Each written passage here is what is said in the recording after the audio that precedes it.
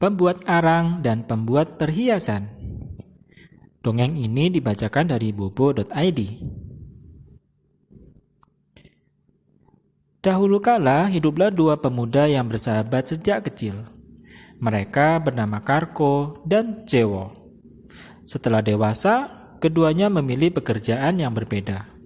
Karko menjadi pembuat arang, ia hidup pas-pasan namun selalu bersyukur. Jewo menjadi pembuat perhiasan mahal, ia hidup kaya raya. Mereka berdua tetap bersahabat dan sering bercakap di tepi hutan yang teduh, tempat mereka bermain di masa kecil dulu.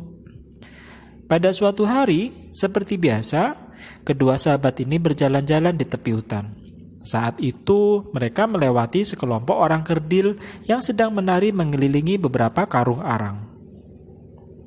Hei, selamat sore, sapa pemimpin orang kerdil dengan riang. Selamat sore juga, jawab Karko sopan.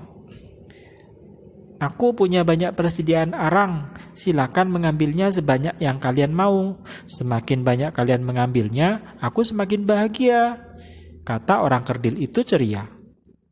Karko dan Jewo terkejut dan bingung. Namun Karko tak ingin mengecewakan orang kerdil yang sedang gembira itu. Maka ia mengambil cukup banyak bongkah arang dan memasukkannya ke tas punggungnya. Terima kasih, arang-arang ini pasti berguna untuk aku memasak nanti malam, kata Karko. Sementara itu, Jewo tak ingin mengotori tasnya. Maka ia hanya mengambil beberapa potong arang kecil saja. Anehnya, di dalam perjalanan pulang, tas Karko menjadi berat. Ketika tiba dekat taman desa, tas itu semakin berat. Karko segera duduk di kursi taman, lalu membuka tasnya dan memeriksa isinya. Astaga, lihatlah, arangnya berubah menjadi emas, seru Karko terkejut dan girang. Jewo buru-buru membuka tasnya juga. Ternyata beberapa potong arang kecil miliknya juga telah berubah menjadi emas. Jewo sangat kecewa. Ia menyesal tidak mengambil arang sebanyak-banyaknya tadi, seperti yang diminta orang kerdil. Kau tunggulah di sini, aku akan kembali ke sana dan meminta arang dari orang kerdil tadi sebanyak mungkin, kata Jewo. Ia pun berlari menuju tepi hutan lagi. Ketika melewati tempat tadi, ternyata para orang kerdil masih ada di sana. Mereka masih menari gembira mengelilingi karung arang.